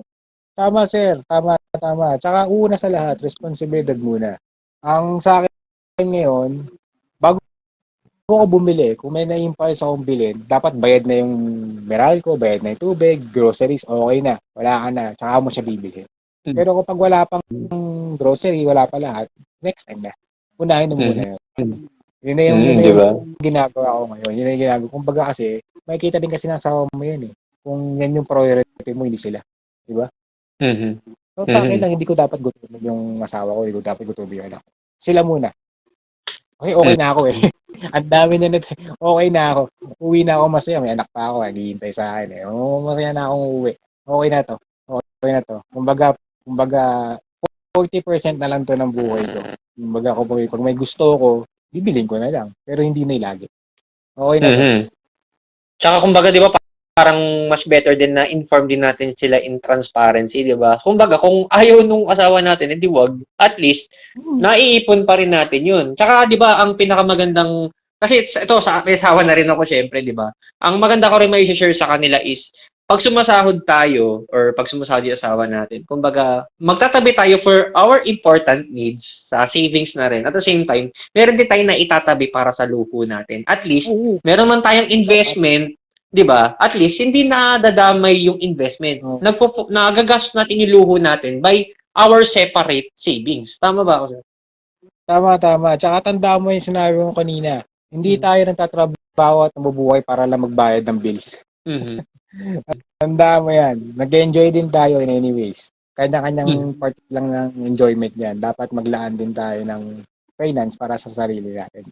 Wag lang lahat. Dapat percent. Wag lang mag-priority yung sarili mo. Sa ibang bagay, Pero sa mga ganito, hobbies to eh. Kumbaga, 20 to 40% lang to ng buhay natin. Mostly dapat responsibilidad na tayo. Kasi yan din yung tuturo mo sa anak mo. Mhm. Pero sir, sa pagkokolekta mo rin sir, 'di ba? Pagka syempre bilang may asawa rin. Sa ating mga collectors para malaman din ng mga asawa natin sir. Ano yung pagka nasa toy store tayo sir at kasama natin mga asawa natin at pagka pumupunta tayo sa mga toy store, ano ang pinaka iconic comment or salita ng ating mga asawa na talagang gustong-gusto natin naririnig sa kanila? Bili mo na.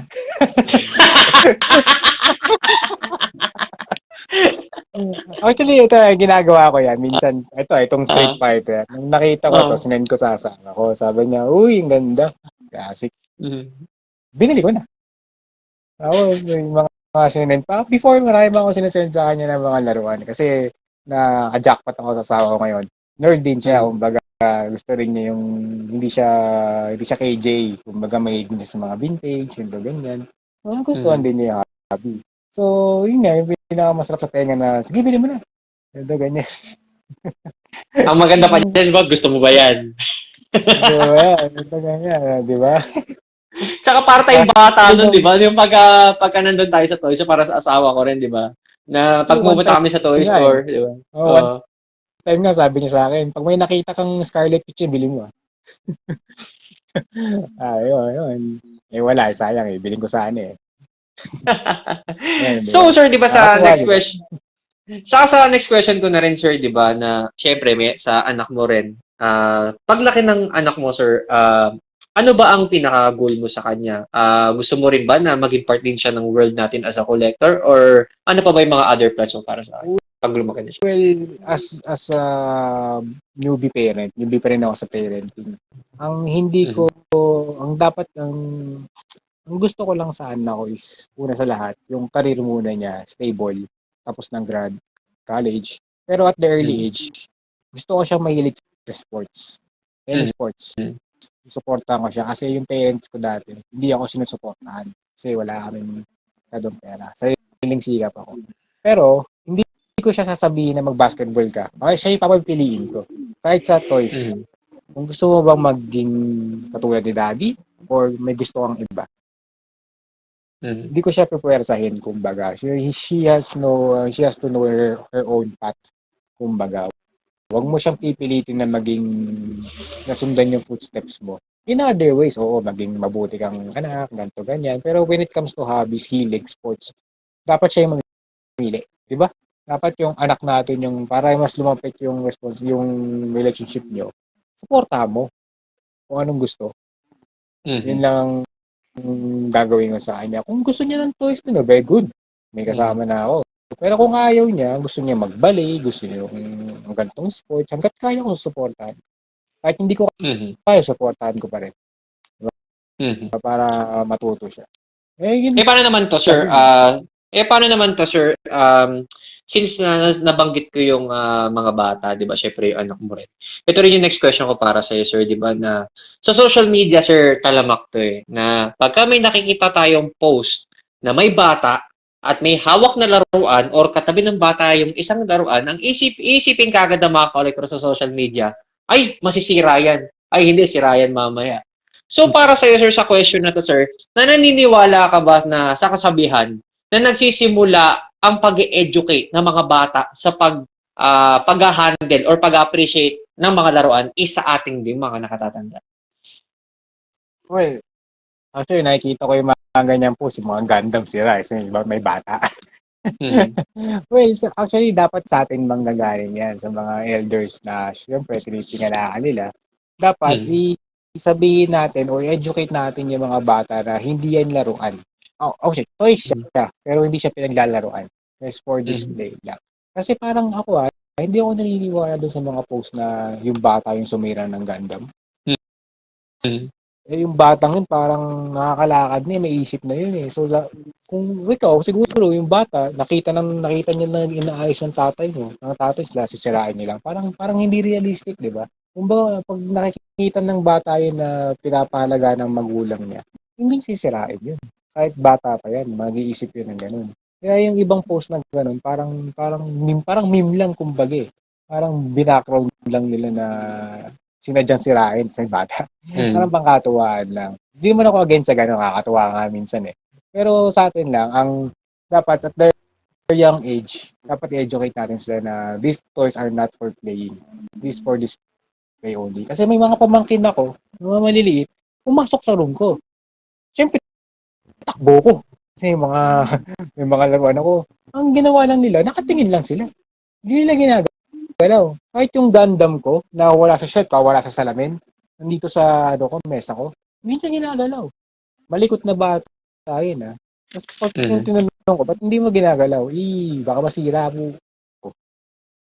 Walang Gundam yun. Anak ng ate ko yun eh. Walang Gundam, walang hobby ate ko. O ba't hindi niya ginalaw? Diba? Ibig sabihin, may mga mas maraming bata yung alam na hindi dapat ginagalaw yan. Lalo na kung hindi sa'yo. Pero dapat, kung ikaw magiging anak, magkakaanak ka, or may alaga kang bata, educate na natin na, ingatan mo yan, hindi yan pinaglaruan. Ganito, ganyan. Turuan kita magbuo, pero wag mong paglalaruan, kumbaga. Diba? Parang hindi naman mahirap yung ganun, di ba? Parang kakausapin mo lang ng bata eh. Paano naman sir, paano kung halimbawa Sir Dominic, magiging antagonistic ako ng konti rito? Kasi 'di ba, meron ditong sa social media na for example, pinapakita natin, ini-educate natin yung mga bata na mag-handle ng laruan like Gundam or other figures. Paano kung may mag-comment na sasabihin na ginawa ko na rin yan eh, in-educate ko na rin yung anak ko pero ganun pa rin ang ginagawa, pasaway pa rin, sinisira pa rin yung laruan ko. Sa tingin mo, so sino may problema? Yung bata o yung mismong adult na nag-educate? Well, as my opinion yung adult yung may problema. Kasi hindi magiging ganun yung bata kung maayos kang magturo. Sige, nagtuturo ka, sabihin na natin tinuturuan mo. Pero parang kulang eh. Kasi hindi niya tututo eh. Sinong sisisihin? Ikaw lang may sisi ng sarili mo dyan. Kasi dapat turuan mo tsagain mo yung bata. Kung baga try and try kung gusto mo talagang matuto eh. Kung kulang pa, try mo lang ulit. Huwag mong titigilan. Kasi sa time na sumuko ka yan, may isipin ng bata, panalo ko, galawin ko na. Diba? Ganun yung isip ng bata eh. Pag tinigilan mo yan, panalo ko. Hindi na ako mag-aaral. Panalo ko. Hindi na ako magluluto. Kumbaga, kung mo titigilan, anak ko yan. Kung tinigilan mo yan, ikaw din lugi. Sira laruan mo. Kumbaga. Pero kung matyaga ka, maayos ka pagbalaki, maayos ka mag-educate, na kumbaga sabihin mo sa bata, yung mangyayari, kung pag ginalaw mo yan, ito yung mangyayari, may sira. Hindi nagagalawin ng bata yan. Gusto mo ba mawalan si daddy ng toy? Gusto mo malungkot si daddy? Siyempre, hindi. Gusto mo magalit si daddy? Hindi niya gagalawin yan. Pero yung siguro, di rin maiwasan na may mga taong kulang sa experience magturo. Ako rin eh. Wala pa akong experience magturo. Newborn pa lang yung anak ko. Siguro, darating yung time matututo ako. Tsaka just to add to that, 'di ba Sir Dominic, 'di ba na sa una mahirap 'di ba? Na parang ang hirap mag-adjust sa ganun, 'di ba? Tsaka ang bata kasi pagka sinabihan natin, hindi maiwasang ulitin nila 'di ba? Pero if we try to exercise it repeatedly sa bata kung paano yung pag-handle ng laruan, moving forward hanggang sa nakasanayan na niya na yan, ginagawa niya na lagi. At sa mga batang darating sa bahay niyo, siya na mismo mag-educate na bawal galawin yun na kasi magagalit si daddy. Tama ba ako, sir? Tama, lalo na kung for example, ang bonding nyo is pagbubuo ng Gundam. Naku, hindi yan iingatan talaga ng bata yan kasi siya nagbuo eh. Parang pag nasira ng iba, magagalit din siya. Yun yung tatak sa isip nila. So hanggat maaari, kung gusto rin ng bata ng laruan, turuan mo na sama mo sa toy store, bumili kayo. Ito yung kay dading toy, ito yung sa'yo, ito hindi pinaglalaruan, ito pinaglalaruan. Para matuto rin siya kasi may inaanak ako na ganyan na binibigyan ko ng laruan na Hasbro. Ang ginagawa niya, bubuksan niya sa box tapos, Mami, balik mo na ulit. Display lang niya. Hindi niya pinaglaruan. Kasi kilala niya si Ninong eh. Ninong collector yan eh. Ano lang yun 5 years old lang yun. Di ba? Kilala niya. Pagkakulit-kulit doon. Pero mainit sa laruan. Hindi niya talaga nilalaro yung binibigay ko. Minsan, di ba, merong mga, di ba, para pag nakikita nila sa tao, parang doon nila ina-adapt, di ba? Mga bata. Oo.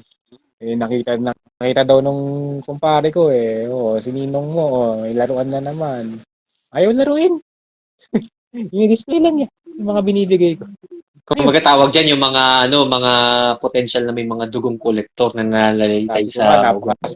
Napakaswerte mong bata na age ng ganyan, mongolekta ka.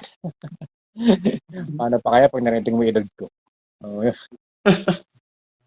di ba? So, sir, ito rin yung next question ko rin para sa iyo, sir, di ba? Na, syempre, sir, sa tagal mo na rin sa hobby, sir, di ba? Marami ka na rin napagdaanan eh. From being a cyclist, MMA fighter, naging collector ka na rin ng mga airsoft guns, nagbanda ka, and ngayon na naging toy collector ka. So, sir, sa dami mong collection, sir, will there be a possibility na si Sir Dominic ay magkaroon ng sarili niyang TikTok or vlog sa kanyang YouTube channel moving forward? Actually, speaking of TikTok, ayoko talaga ng TikTok. pero natutuwa ako sa yung mga collector na nagti-TikTok na yung mga collections nila, at stop motion. Pero may chance, ako sa ngayon, medyo na-appreciate ko na siya. May chance na mag-TikTok ako for the first time. At yung iti-TikTok ko is yung Henshin, ni Kamen Rider Black, pag nakabili ako ng Henshin belt. Mhm. Yun ang iti-TikTok ko. Yun kumbaga kasi aminado naman tayo. Mas batang 90s, ilang beses kong ginawa sa lamin yun. Nung tatransform ka, ilang beses kong ginawa sa lamin yun. Hanggang ngayon, ginagawa ko pa rin pag wala tao eh. Basta yun, pare. Yun ang siguro, yun ang gusto kong gawin. Pag nakabili ako ng um, Henshin belt ni Kamen Rider Black na legit na Bandai, na napakahirap umanap. Magti-TikTok ako nun. Ng Rider Chase with background music pa. So, Challenge sir, mo ako, Brad. Gagawin ko yun. sir, to my next question, guys, sir, di ba, na bilang isang Papa Doms, ito yung tanong ko rin para sa iyo, sir. Bakit ka ba talaga nagko-collect? Well, first is joy. Yung joy na nakukuha ko kapag nakakakolik ako. Then, Mhm. yung pinaka-reason ko is bumabalik yung pagkabata. Kumbaga, Mhm. sabi nga ni Michael B., hindi kaya tayo tumatanda kasi hindi na tayo naglalaro. Mhm. Yung guys, may maging pusong bata kumbaga.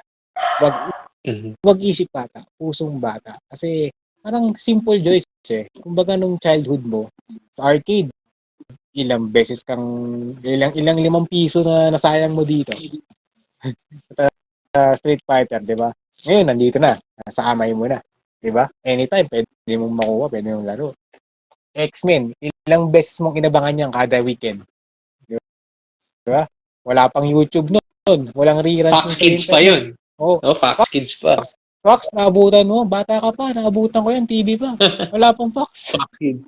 Oo. Oh, hindi. Di ba? Ilang beses mong inabangan yan. Ngayon, meron ka na. Anytime nakikita mo. Nahawakan mo pa. Di ba? Mhm. Batman, ilang beses mong inabangan yan kada linggo ng gabi sa movies. Studio 23 rin, di ba? Hindi. $1 million movies, 1990s. Mhm. Tanda ko na, di ba? Ngayon, meron ka na. Ilang beses mong Mhm. pinangarap sumakay sa Batmobile.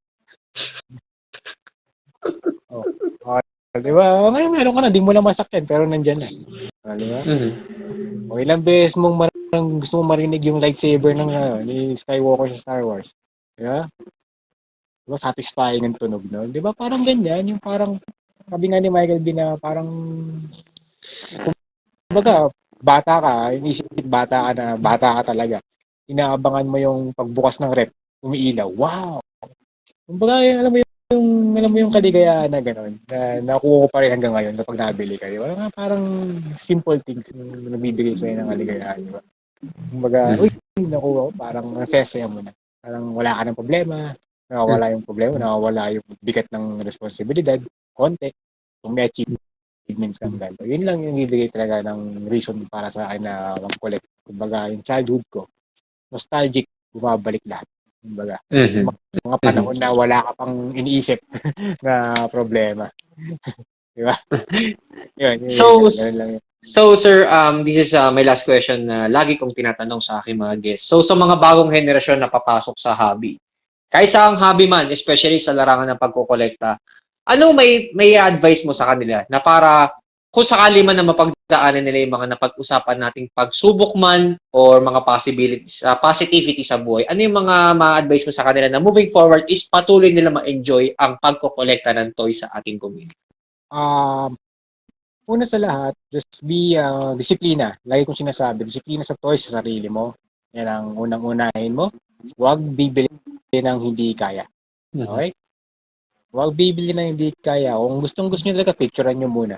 Pero huwag nyo bibilin muna hanggat kasi isipin mo lang yung mangyayari, responsibility. Then, kung para sa'yo talaga yan. Darating dyan yan kung kaya mo nang bilhin. Kumbaga, ganun. Kumbaga, patience din. Kumbaga, then, stick na lang tayo sa ano, hanggat maaari, stick ka lang sa isang line. Or kung may gusto kong line, huwag kang maging OC. Huwag mong kolektahin yung isang set kung ayaw mo naman talaga. Kolektahin mo lang yung gustong-gusto. Kumbaga, Mhm. huwag mong i-sacrifice ng para may masabi ka lang na kumpleto ko isang set. Hindi. Kumpletuhin mo yung isang set kung gusto mo talaga. Huwag mong kumpleto yung isang set kung gusto mo ibang tao. Kung gusto mo lang dapat imunahin. Um, Other than that, naging responsibility muna bago ang hobbies. Kasi ito is for our joys lang naman to. May iba importante pa tayong bagay sa mga pamilyadong katulad natin.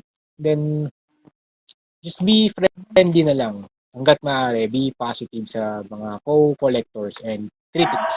Kasi hindi lahat ng tao gusto yung ginagawa mo. May mga taong may encounter tayo ng mga tao na kahit anong gawa mong mabuti, masama pa rin tingin nila sa'yo. Mhm. Matuto tayo tumanggap ng ganung mga tao. Lalo na sa world ng toys and other hobbies, maraming ganyan kasi hindi nila kaya yung ginagawa. Mhm. I-judge ka nila kasi hindi nila nagagawa yun. Masaya ka, galit sila galit sila kasi masaya ka, sila hindi. Kumbaga, inggit sila. Ganun sila. Then, always think positive sa mga critics. Kumbaga, hindi lahat yan kinikriticize dahil ayaw sa'yo. Minsan, concern lang din sila. Learn from it. Learning process lang yan kahit sa toys. Marami kang matututunan dyan. Mag-budget Mhm. ng oras, responsibility, lahat-lahat. Matututunan mo dyan sa pagkokolekta ng toys. Kaya sa akin lang, ito na lang, toys na lang kaysa ibang hobbies. Mas healthy to. Kumbaga, kaysa magbisyo tayo ng iba. Beer, okay lang. Kasi nagiinom ako. pero, pero, other than that, toys na lang. Toys, games, yan, ganyan. Sports, mas okay yan. May patutunguhan yan. Hindi lang sa'yo. Para sa'yo lang lahat yan. Kumbaga, yun. Mhm. Yun lang. Okay. Mas maging masaya ka lang sa ginagawa mo. Yun Mhm. lang yun. Okay. Okay. So, sir, before we end this podcast, sir, I will give you this time again para i-shoutouts or meron po ba kayong gustong i-promote po na kaibigan or mga other events po na darating? So, take it away, sir. Well, first of all, thank you. Thank you pre sa opportunity. Kasi Mhm. huling ganito ko is years ago na, almost a decade na. So, salamat kay Sir Silver Chumali. Mhm. Kita-kits tayo lagi sa Glorieta. Then, binabati ko rin yung mga katrabaho ko, yung team leader ko, si Jaja, sila Andre, sila Max, sila Ken, ah, sila Boss Ron, Boss ko, si Boss Miel, Boss Sai. Hello po, happy birthday din po. Sila Rods, tsaka Mhm. iba ka pang katrabaho dyan na nakikinig, sila Smith, sila Eric, shout out. Mhm. Si Migs na katrabaho ko dati na collector din. Sana nasan ka man ngayon. Minsan yun, ganito, ganyan. Then, yung mga kababata ko, si Labong, si Angelo, saka yung mga family nila, hello, dito na ako ulit. Ito na yung collection ko. Then, yung misis ko, natulog na ngayon. Yung tatrabaho pa mamaya, nag-bake ng cake. So, mami, gising na. And then, ano pa ba? Kasi may magtatampo pag di ko sinoutout eh. Sir Ricky ng Collectica Vista, salamat Mhm. po. At may mga transaction pa tayo in the future. Sana maging successful pa po ang inyong business sa toys. Data Mhm. Bricks sa toys, salamat din. Malapit na Spider-Man 2 guys, October 20. So magkukulong na naman tayo ng weekend sa bahay. Walang spoilers ha. Mhm. Walang spoilers ha guys ha. Then God bless sa lahat ng mga sumusuporta sa Gunpla group, sa lahat mga Mhm. nag-hobby. Sana maging successful tayo lahat. Pero Mhm. sana wag din natin entertain yung mga haters. Kasi haters just gonna hate. And just gonna be happy. Kaya mo sila. Yan lang yan. Then, Nakakalimutan pa ata ako i-shoutout. Pero, kakalimutan ko na lang. pero shoutout ko na rin yung mga haters ko na alam ko may nasasabi na naman kayo ngayon na nandito ako, nakapanood ako ng live. God bless na lang sa inyo at sana game lesson din to kung nakinig kayo. Na ito lang ako, simple lang ang gusto ko, maging masaya lang ako, okay na ako. Kung may masabi kayo, okay lang din, ang problema sa akin. So, happy lang, peace lang tayo. Mukha lang akong gangster pero mabait ako. Pero, don't judge the book by its cover, kumbaga. So, yun lang sir. Sana sir, maulit to. Ay, part 2 tayo. No? Pwede. Yung triple threat o ano, fatal four-way, 4. Pwede. Diba? Fatal Yan. four-way, 4 sa wrestling. Gano'n, Pwede. para bakbakan talaga. Oo, pwede. Tsaka, sir, sige. Tsaka hindi lang sana, about toys topic. May mga topic din ng mga Star Wars, gano'n. Kasi marami yung makukwento sa ganyan. Pwede. Ganun, pero sana hindi to last, ha? Asahan ko pa agad, masaya to. Masaya pala yung ganito. Tsaka sir, nagpapasalamat din ako sir na nabigyan mo ako ng time kasi alam ko mahirap schedule mo at na-appreciate ko yung ginagawa mo. At tsaka ito rin namang video natin is magbe-benefit din naman ito is mga collectors lalo na sa mga bagong henerasyon na papasok sa hobby. So sir, again, ako ay nagpapasalamat sa iyo sir at magandang gabi po sa inyo at sa pamilya. You're welcome and thank you din. And good night. Pasok pa tayo. Good night po sir. Maraming salamat. Sige po, salamat po. Bye-bye. Sige po. Yan, so isa na naman panibagong episode ang natapos dito sa ating podcast na Usapang Hobby.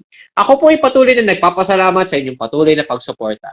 So before we end this podcast, huwag kalimutan na mag-follow or mag-subscribe sa aking YouTube channel, TikTok, Facebook, at Instagram na Silver's Toys and Gantla Family para maging updated kayo sa aking toys, Gantla reviews, and Usapang Hobby episodes. So hanggang dito na lang tayo guys. Maraming salamat po sa lahat ng mga nanood. Happy collecting and God bless. See you next time dito sa Usapang Hobby. Maraming salamat po.